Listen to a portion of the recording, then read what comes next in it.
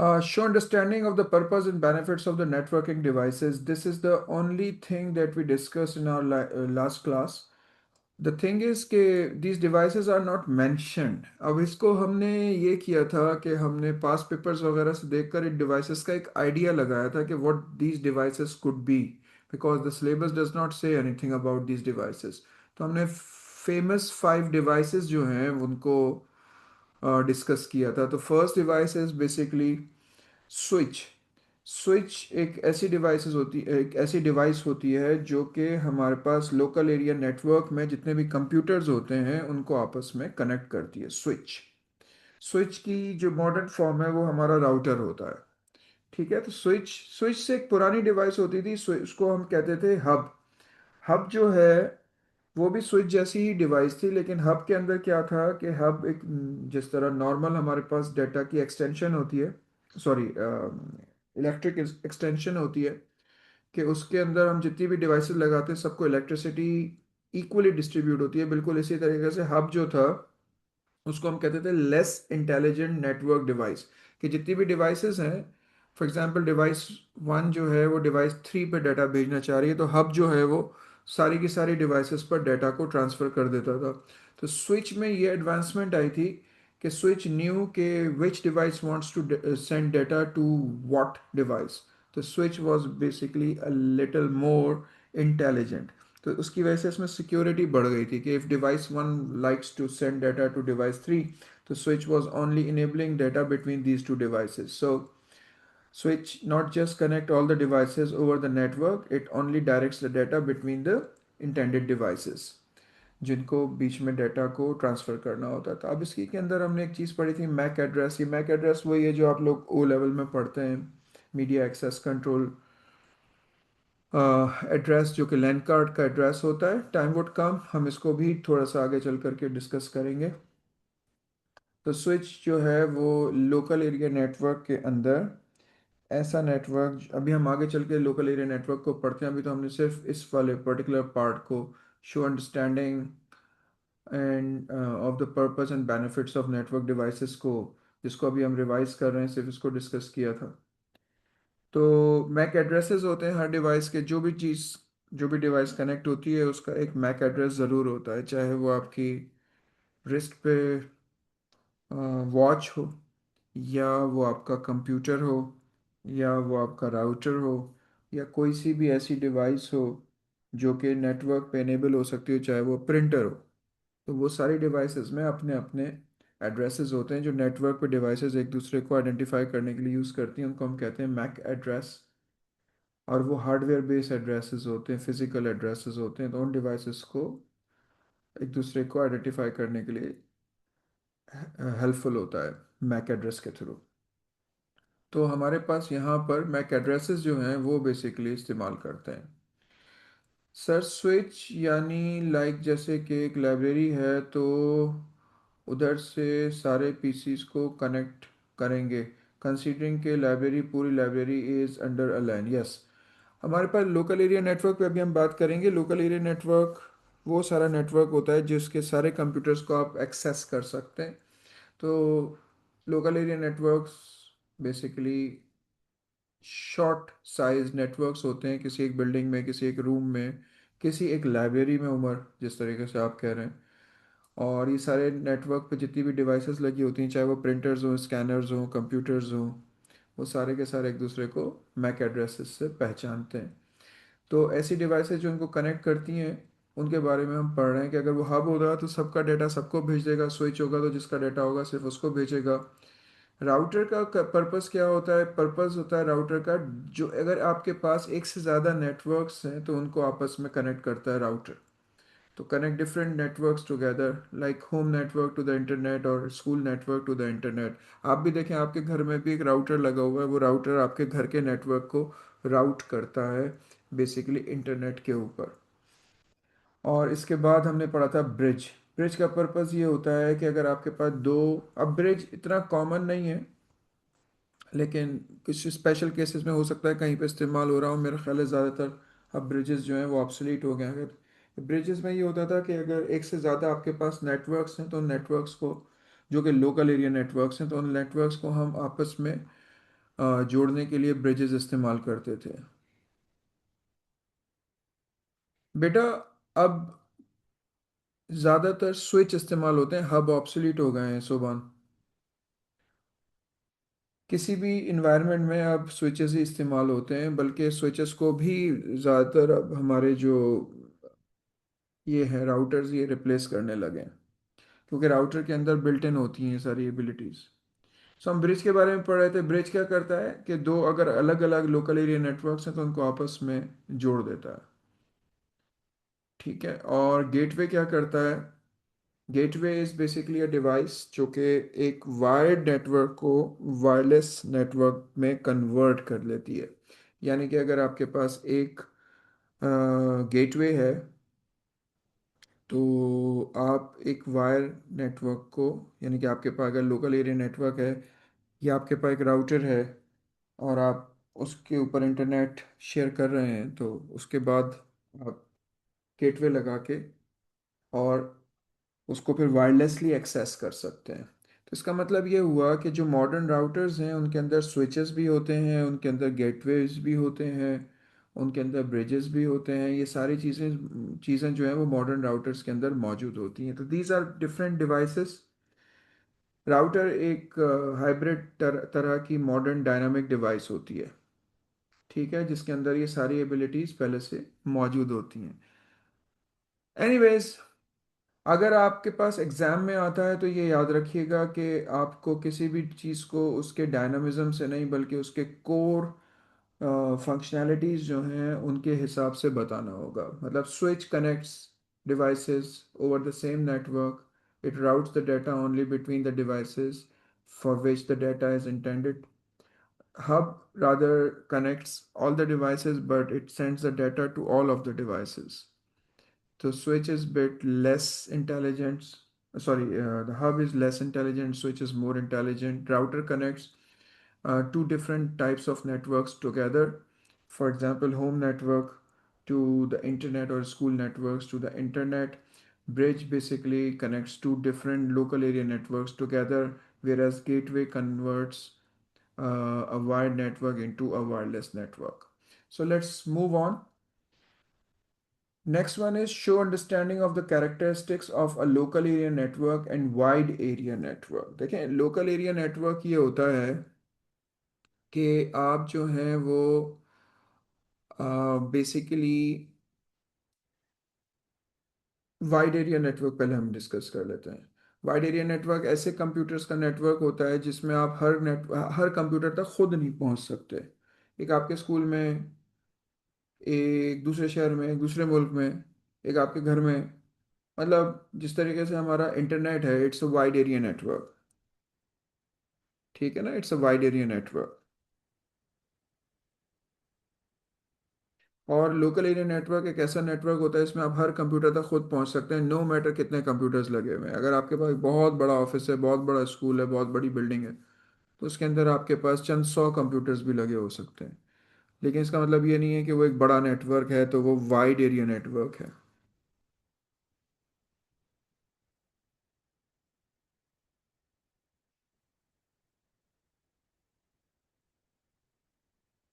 ठीक है ना। So local area network is basically where we can actually access the computers. Companies में local area network होता है बेटे, हाँ। कंपनीज में लोकल एरिया नेटवर्क होता है। और जो बहुत बड़ी कंपनीज होती हैं इनके सारे दुनिया में ऑफिसेज होते हैं, तो उनमें वाइड एरिया नेटवर्क भी हो सकता है।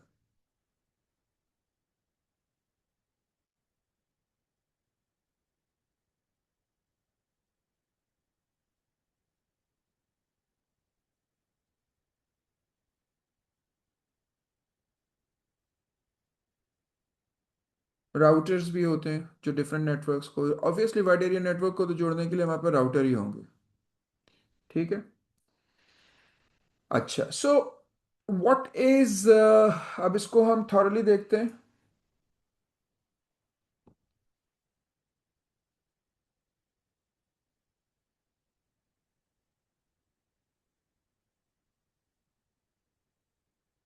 अच्छा, अब आपके स्कूल में जो है वो वाईफाई भी है, एक लैन भी है, और वो एक वैन से भी जुड़ा हुआ है, इंटरनेट जो है वो वाइड एरिया नेटवर्क है। ठीक है ना, तो इस चीज़ों को जहन में रखिएगा। तो हम अगर यहाँ पर देखते हैं तो हम इस तरीके से देख सकते हैं कि what is local area network, यानी कि हम देख रहे हैं कि व्हाट इज अ लैन। ठीक है ना, तो डेफिनेशन जो है इसकी हो सकती है कि a LAN is a network that connects devices within a small geographical geographical area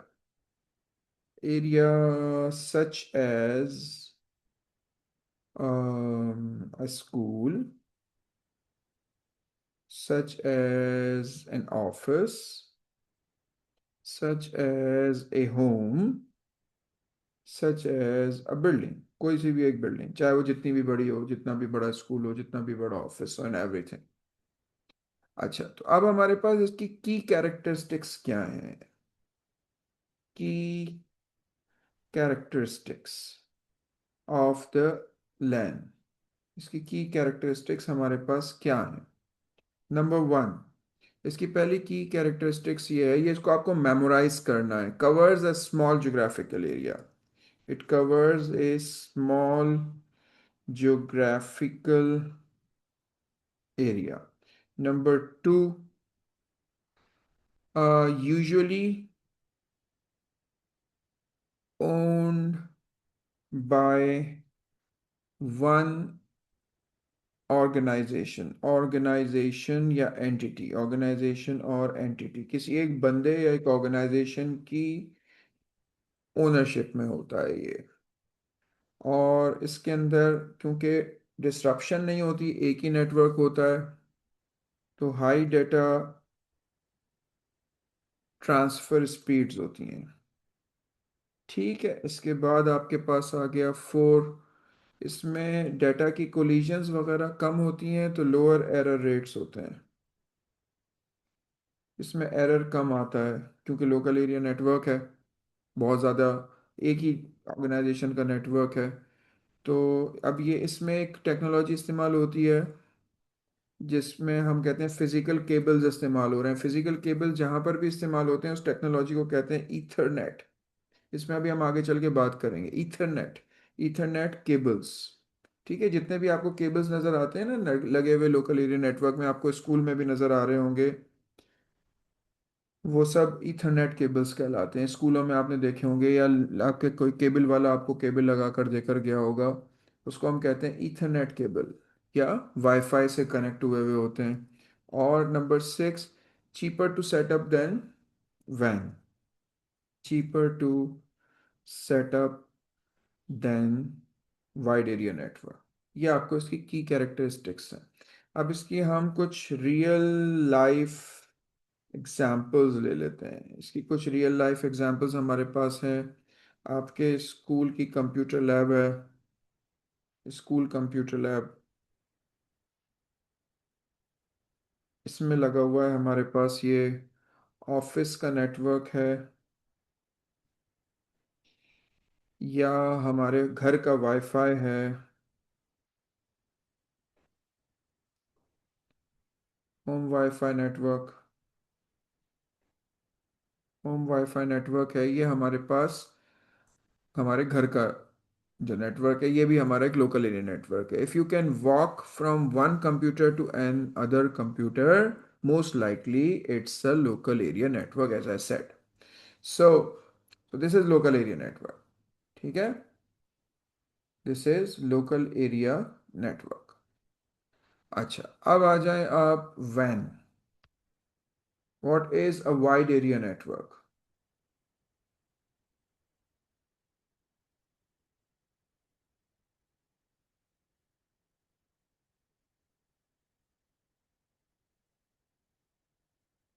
sir wifi पे लैन कैसे हो सकता है? लैन वायर से कनेक्ट हो जाए, चाहे ना टेक इंटरनेट स्पीड हो। बेटा ये तो आपको मैंने बताया ना कि आपका जो राउटर होता है उसके अंदर आपके पास ये डिवाइस होती है जिसको हम कहते हैं गेटवे। और वो हमारे राउटर से ही हमारा लोकल एरिया नेटवर्क जो है उसको इनेबल कर देती है और वही वाईफाई बन जाता है। ठीक है ना। यही है बात हमारी सारी। अच्छा जी। तो van wide area network, what is when? Wide area network, van. ठीक है। सो वाइड एरिया नेटवर्क जो है वो हमारे पास क्या चीज़ है?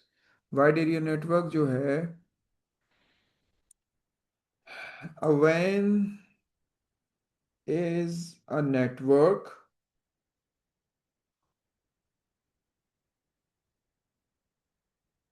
WAN covers wide area like cities, but it has higher latency and lower speed. Yes, that is correct, Manav. A wide area network is a net. अभी हम इसकी characteristics पढ़ेंगे. A network that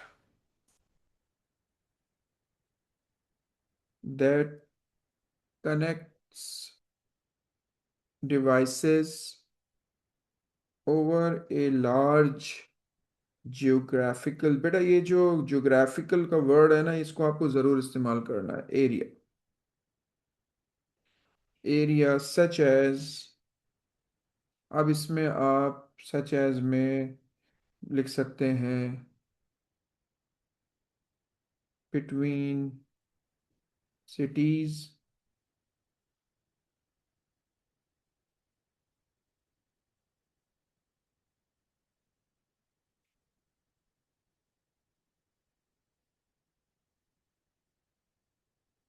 between cities हो गया, between countries हो गया,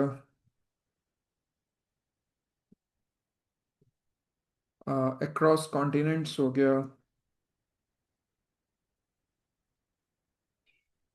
सब इसमें आ गया आपके पास। अब इसकी की कैरेक्टरिस्टिक्स क्या है? की कैरेक्टरिस्टिक्स, अब इसकी जो की कैरेक्टरिस्टिक्स हैं उसमें आपको सबसे पहले लिखना है covers large geographical area. Covers large geographical area. ठीक है।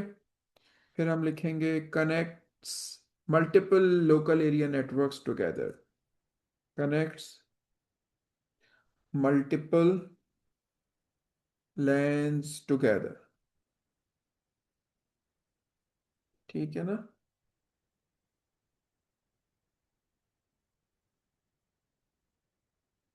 Connects multiple LANs together. Number three, usually owned by, usually owned by multiple organisation, multiple organisations.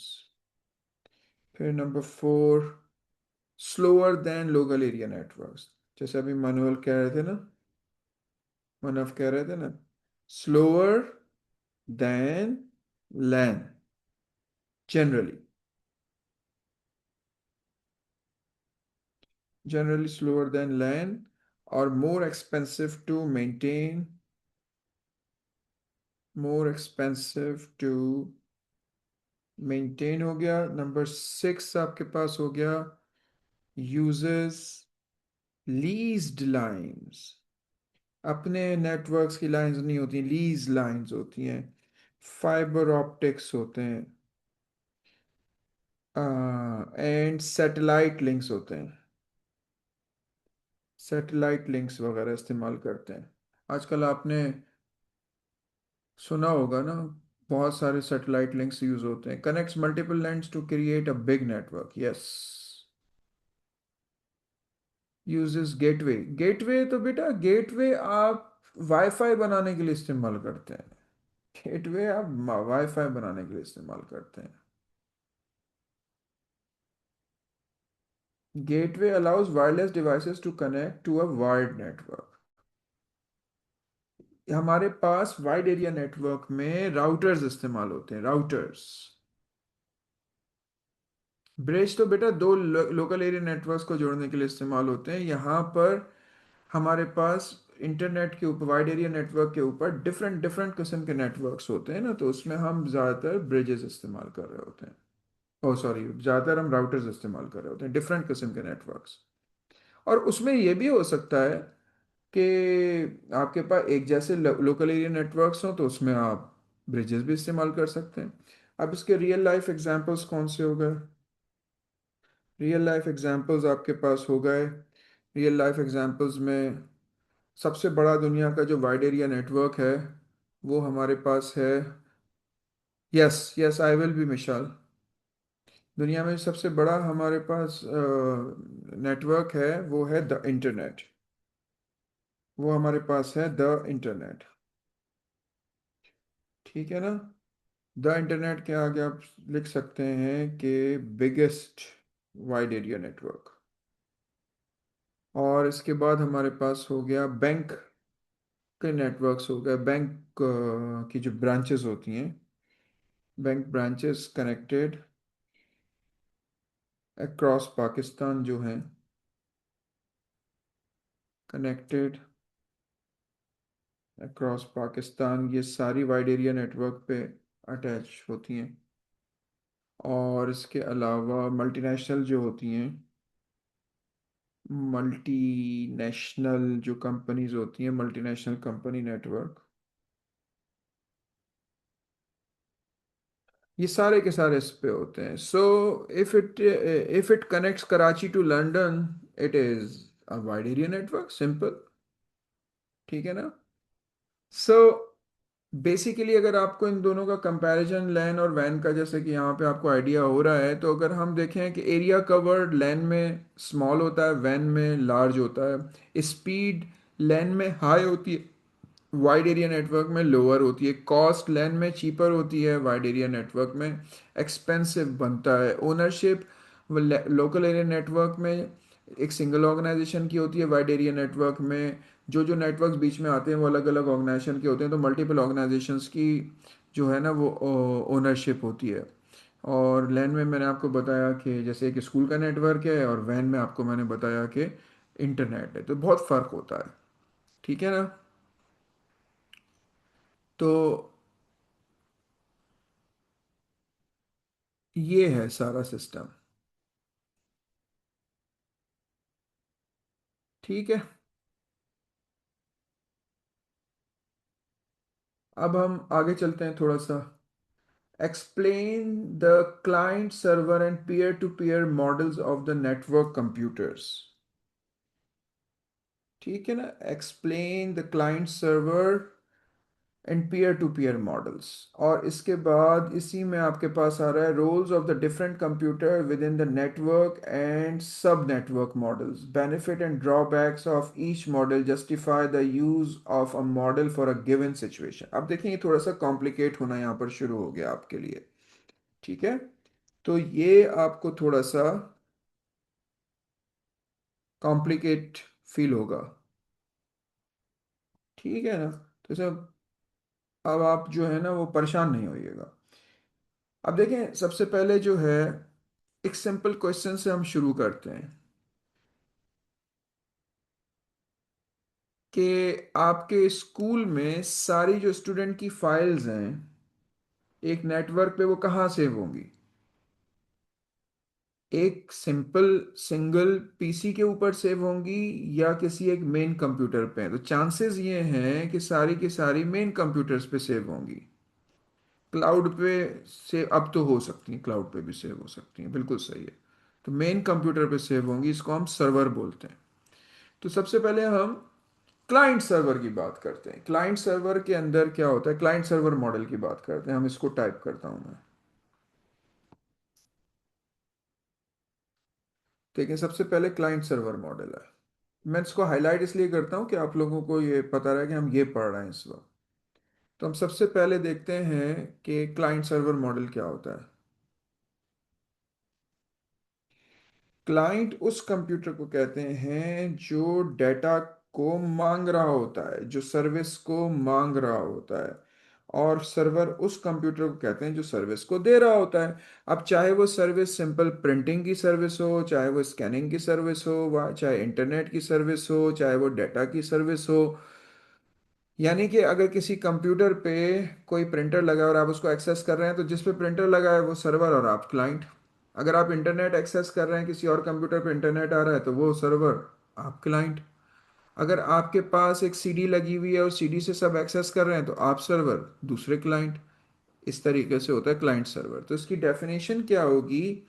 A client server, पता नहीं आपका सिलेबस जो है ना बीच में डैश डालता है, इसलिए। A client server model is a network model where one or more servers, one or more servers provide, one or more servers provide services। ठीक है, सर्विसेज बहुत सारी, printing service, internet service, data service, file service, cloud service, whatever, software service, and multiple clients request and use request and use those services, those services। ठीक है, तो अब हम देख लेते हैं क्लाइंट सर्वर में रोल ऑफ कंप्यूटर्स क्या होते हैं। रोल ऑफ कंप्यूटर्स, इनमें हमारे पास रोल ऑफ कंप्यूटर्स क्या होते हैं? तो सर्वर का रोल क्या है? सर्वर का रोल क्या है? सर्वर में सबसे पहले आएगा स्टोर्स फाइल्स। सर्वर जो है फाइलें रखता है अपने पास। मैनेजेस यूजर्स, सारे यूजर्स का डाटा अपने पास रखता है। Controls access rights, controls access rights, उसको पता होता है किस किस यूजर को कौन कौन सी चीज़ों की एक्सेस है। और अगर तो वो एप्लीकेशन चला रहा है जो हमारे पास ब्राउज़र में चलती हैं, तो ये एक्चुअली सर्वर पे चल रही होती है, तो रन्स एप्लीकेशंस।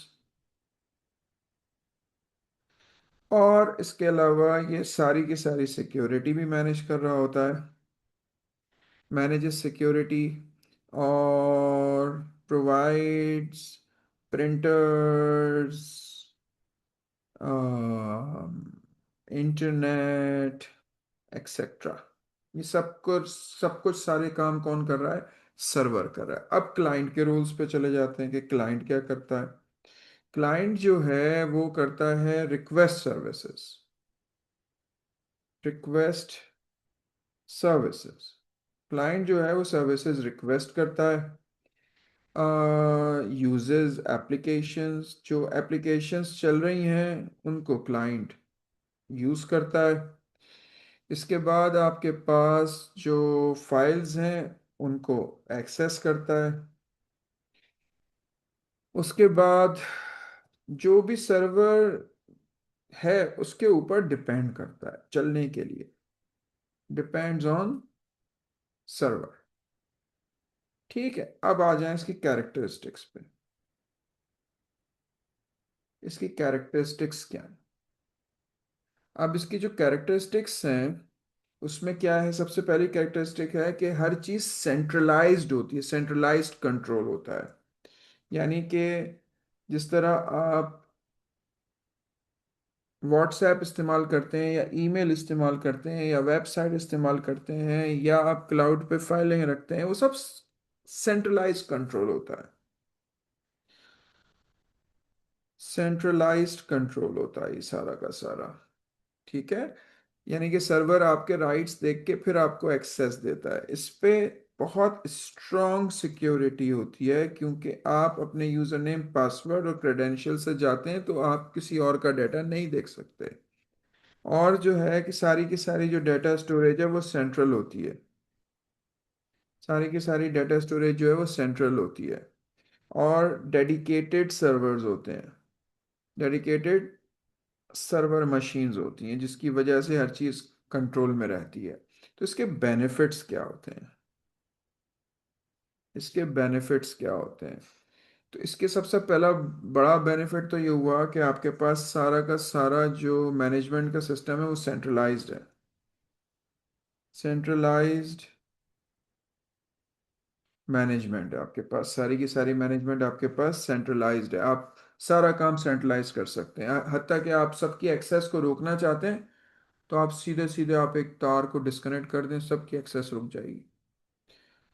बेटर सिक्योरिटी है। सही है ना, आपके पास बेटर सिक्योरिटी है। आपके पास आप बैकअप एक जगह पे इजियर बना सकते हैं, इजियर बैकअप है। उसके बाद आपके पास फास्टर परफॉर्मेंस है। एक जगह पे सब डेटा फार, अगर आपका जो सर्वर पावरफुल है, if server is powerful, powerful का मतलब है ज़्यादा रैम है, ज़्यादा मेमोरी है, तो वो है। अगर आप अपने काम को स्केलेबल करना चाहते हैं, स्केलेबल का मतलब है बढ़ाना चाहते हैं, ज़्यादा लोगों को एक्सेस देना चाहते हैं, तो आप अपने सर्वर को और पावरफुल बना के अपने काम को स्केलेबल बना सकते हैं। स्केलेबल है। ये इसके बेनिफिट्स हैं। अब इसके ड्रॉबैक्स क्या हैं? इसके ड्रॉबैक्स हैं, सबसे पहले है इसका सेटअप, वो एक्सपेंसिव है। एक्सपेंसिव टू सेटअप, इसको लगाना चलाना मुश्किल है। और इट नीड्स टेक्निकल स्टाफ, आप खुद नहीं कर सकते, इसके एक्सपर्ट्स की आपको ज़रूरत होती है। और अगर आपका सर्वर फेल हो गया, इफ सर्वर फेल्स, देन पूरा नेटवर्क आपका अफेक्ट हो जाएगा, अफेक्टेड। ठीक है ना? अच्छा जी, तो अदीना क्या पूछ रही है, sir what does scalable means? Scalable means ये है कि with the need and increasing clients you basically increase the strength of computers, not just the strength of the computer but the number of computers and the storage and the RAM and everything, so that more clients could be handled. The ability to increase the hardware, the ability, the speed, the storage, and everything to deal with more customers called scalability बेटे। Ayaan, centralise control और centralise data storage बता सकते हैं? बिल्कुल बता सकते हैं। Centralise का मतलब ये है कि सबका डेटा एक ही जगह पर है, तो आप उसकी एक साथ बैकअप ले सकते हैं। सेंट्रलाइज डेटा का मतलब है कि आपके पास एक ही डेटाबेस में तो आप एक्सेस राइट्स लगा सकते हैं। सेंट्रलाइज का मतलब ये है कि आपके पास डेटा एक ही जगह पे है, तो आपका एंटीवायरस सब डेटा को एक साथ देख रहा होता है। डेटा कंट्रोल का भी यही मतलब है कि एक्सेस राइट्स वगैरह सब आप एक जगह पे लगा सकते हैं। ठीक है, और इसके अलावा उमर सॉल है, sir can you explain client server model? समझ नहीं आया। क्लाइंट सर्वर का मतलब ये है बेटे कि अगर सर्वर नहीं होगा तो क्लाइंट्स कोई भी ना डेटा ले सकते हैं। जैसे व्हाट्सएप है, सर्वर नहीं चल रहा होगा व्हाट्सएप का, हम आपस में कनेक्ट नहीं हो सकते। ईमेल है, सर्वर नहीं चल रहा होगा, हम आपस में ईमेल एक दूसरे को भेज और रिसीव नहीं कर सकते। वेबसाइट है, अगर सर्वर नहीं चल रहा होगा तो हम वेबसाइट रिसीव नहीं कर सकते। इंटरनेट का पूरा मॉडल क्लाइंट सर्वर पे बेस्ड है। एक सर्वर है जो कि सारी एक्टिविटी को हमको और आपको कंट्रोल कर रहा है, हर चीज के सर्वर्स हैं।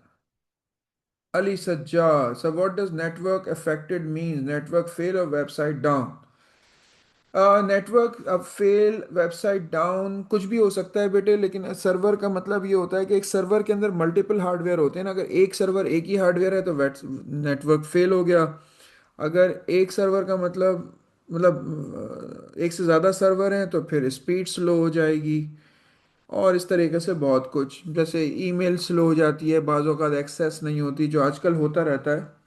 उस मुराद ये है, अगर आपके पास एक से ज़्यादा सर्वर्स हैं, क्लोन्स हैं, तो नेटवर्क स्लो भी हो सकता है। अगर एक ही सर्वर है और वही डाउन हो गया तो नेटवर्क ऑफ हो गया, उसका ये मतलब है।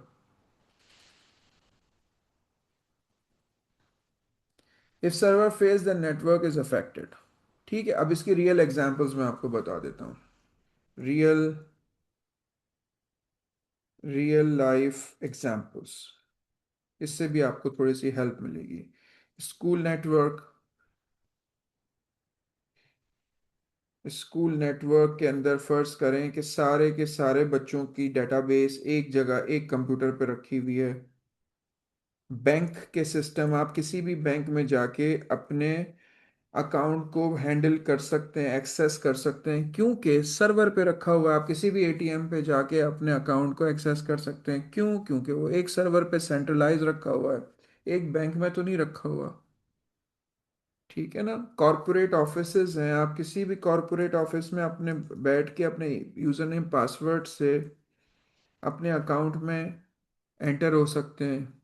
If control is central, it is client server, that is it.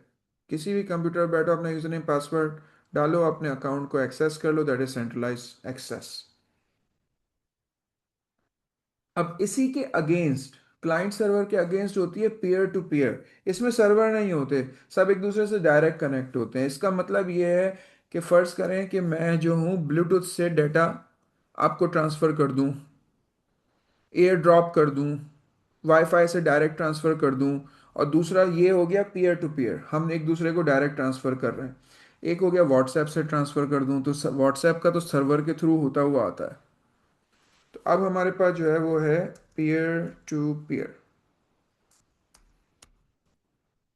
आपने उसका नाम सुना है बिट टॉरेंट का? बिट टॉरेंट जो है वो पीयर टू पीयर मॉडल है। अगर नहीं सुना तो परेशान होने की ज़रूरत नहीं है। P to P model. अच्छा, अब पीयर टू पीयर क्या होता है? डेफिनेशन इस पे आ जाते हैं, पहले इसकी डेफिनेशन पे। हम्म पीयर टू पीयर की डेफिनेशन पे आ जाते हैं सबसे पहले। A peer to peer model network model is a network where all computers have equal status। कोई सर्वर नहीं है, कोई क्लाइंट नहीं है। Each computer can act as both client and server। मतलब अगर मैं आपको फाइल ट्रांसफर कर रहा हूं तो मैं सर्वर बन गया, आप क्लाइंट बन गए। थोड़ी देर में आप मुझे फाइल ट्रांसफर कर रहे हैं तो आप सर्वर बन गए, मैं क्लाइंट बन गया। तो अब हम सबसे पहले रोल्स ऑफ कंप्यूटर देख लेते हैं। Roles of computers. इसमें हमारे रोल्स ऑफ कंप्यूटर्स क्या है? सबसे पहले तो आपको ये ध्यान में रखना है कि there is no dedicated server. No dedicated server, कोई सर्वर डेडिकेटेड नहीं है। No dedicated server. Number two, each computer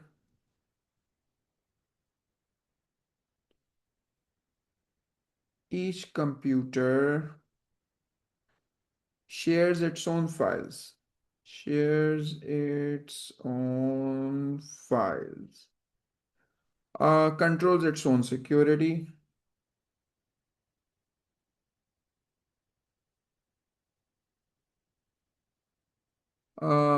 can request services,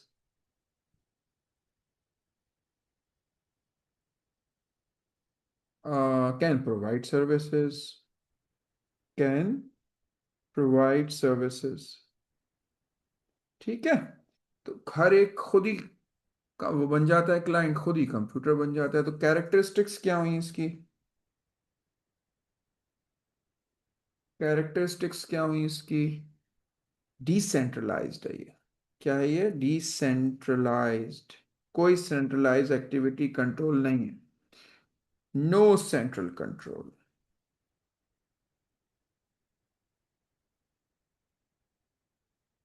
thirdly, suitable for small networks। suitable for small networks। ठीक है, इसके बेनिफिट्स क्या हुए? इसके बेनिफिट्स हुए, it's very cheap to set up, बस आप कंप्यूटर लें और डायरेक्ट डिवाइसेस लगा के और उनको आपस में एक दूसरे से कनेक्ट कर दें। चीप है, easy to set up, no specialist required.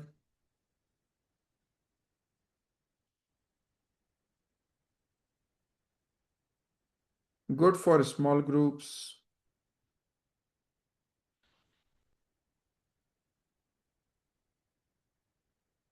ठीक है, इसके कुछ ड्रॉबैक्स भी हैं। ड्रॉबैक्स इसके ये हैं कि इसकी सिक्योरिटी बहुत वीक हो जाएगी, फिर जाहिर है फाइलें भी फैली हुई होंगी, कोई किसी भी कंप्यूटर पर बैठ के किसी भी फाइल को देख सकता है, एक्सेस राइट्स का कोई सीन नहीं है, हर एक को अपने कंप्यूटर की खुद हिफाजत करनी है। वायरस का कोई एंटीवायरस हर कंप्यूटर पे लगाना पड़ेगा, थिंग्स लाइक दैट। तो इसका मतलब क्या हुआ कि सबसे बड़ा जो इसका ड्रॉबैक हुआ वो हुई वीक सिक्योरिटी। वीक सिक्योरिटी हो गई, नो सेंट्रल बैकअप, हर कंप्यूटर की अलग से बैकअप करनी पड़ेगी आपको। No central backup, it means कि it is hard to manage हो गया ये। एक जगह पे डाटा नहीं होता तो हार्ड टू मैनेज हो जाएगा। और it is not suitable for the large networks. ठीक है, अब real world real life example ले लेते हैं इसके कुछ। अब जो हमारे घर में जो नेटवर्क होते हैं, जो सबके आपके हमारे घर में जो वाईफाई के नेटवर्क्स होते हैं, वो सारे के सारे डिसेंट्रलाइज होते हैं, स्मॉल स्मॉल होम नेटवर्क्स। हमारे पास कोई सर्वर नहीं होता हमारे घरों में जो होते हैं। फिर कोई अगर स्मॉल ऑफिस का नेटवर्क है, जैसे 3 to 5 अगर हमारे पास कंप्यूटर्स हैं, तो अगर हम उनका नेटवर्क बना लेते हैं, 3 to 5 कंप्यूटर्स हैं, या अगर हम जैसे एक दूसरे को एयर ड्रॉप कर देते हैं, फाइलें ट्रांसफ़र कर देते हैं, टेम्प्ररी फाइल शेयरिंग अगर है जिसमें हम व्हाट्सएप इस्तेमाल नहीं कर रहे, तो वो है ये। सही है। So in this type of network हम सारे के सारे बराबर होते हैं। Different client working together and helping one each other use services and files. Yes, exactly. तो अब अगर हम इन दोनों को देखें, तो क्लाइंट सर्वर में कंट्रोल जो है वो सेंट्रलाइज्ड है, पीयर टू पीयर में डिसेंट्रलाइज्ड है। क्लाइंट सर्वर में सर्वर डेडिकेटेड होता है और पीयर टू पीयर में कोई सर्वर ही नहीं होता, no dedicated server. Client server में सिक्योरिटी स्ट्रांग होती है, पेयर टू पेयर में सिक्योरिटी वीक होती है। क्लाइंट सर्वर की कॉस्ट ज़्यादा होती है, पेयर टू पेयर की कॉस्ट चीप होती है। Client server is best for large organisation, और पीयर टू पीयर जो है वो स्मॉल नेटवर्क्स के लिए हम इस्तेमाल कर सकते हैं। अच्छा जी।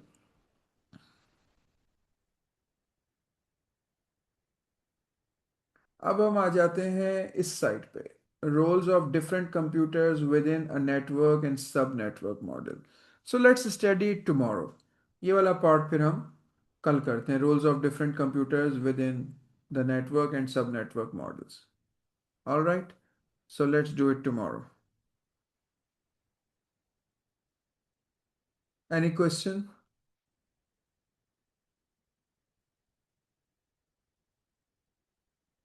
ओके, अल्लाह हाफिज, अल्लाह हाफिज।